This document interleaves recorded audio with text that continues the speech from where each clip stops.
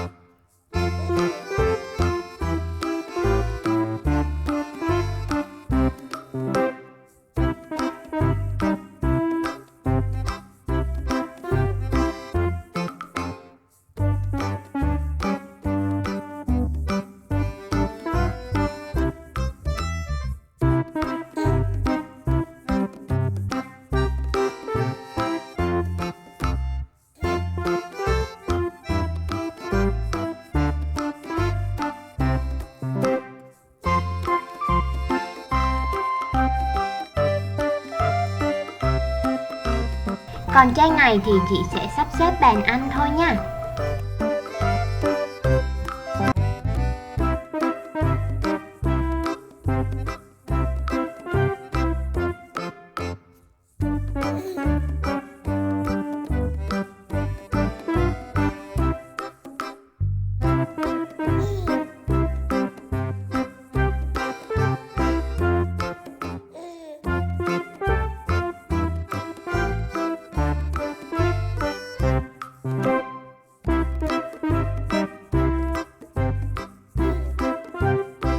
Còn trang tiếp theo chính là phòng khách nè. Các em hãy lựa ra những đồ dùng giống như chị để chúng ta sẽ dán vô thật là nhanh nhé.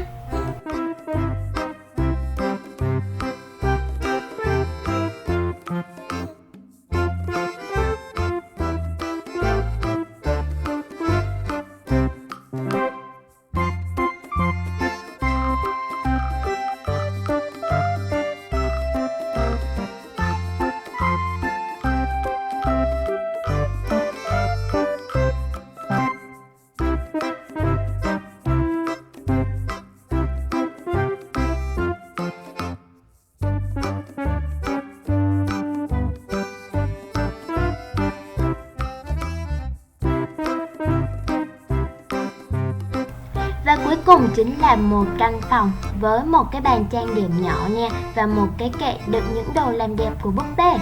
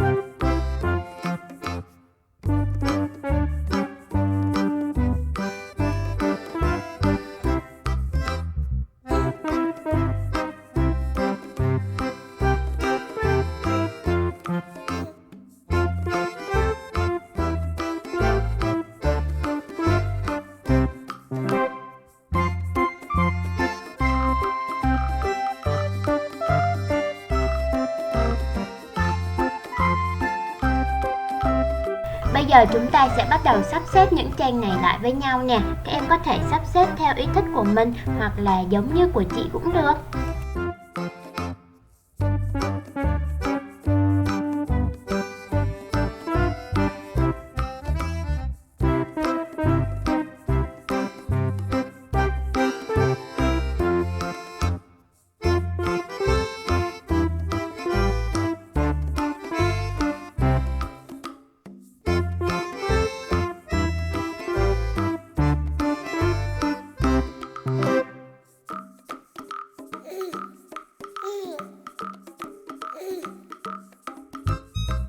Và cuối cùng chúng ta sẽ dán 2 trang bìa ở phía ngoài nha.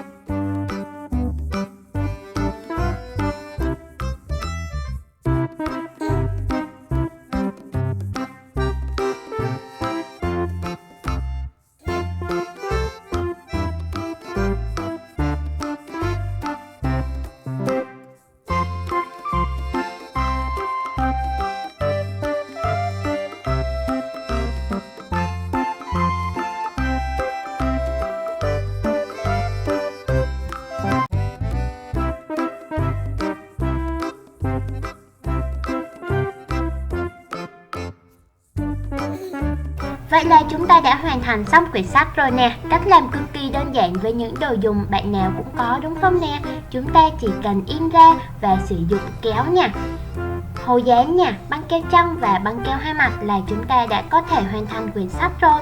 Và bây giờ các em hãy làm thử ngay cho mình thêm một bộ sách này nữa nhé. Hẹn gặp lại các em ở video tiếp theo. Và các em ơi, các em thích chị làm gì thì hãy bình luận ở ngay bên dưới video nhé.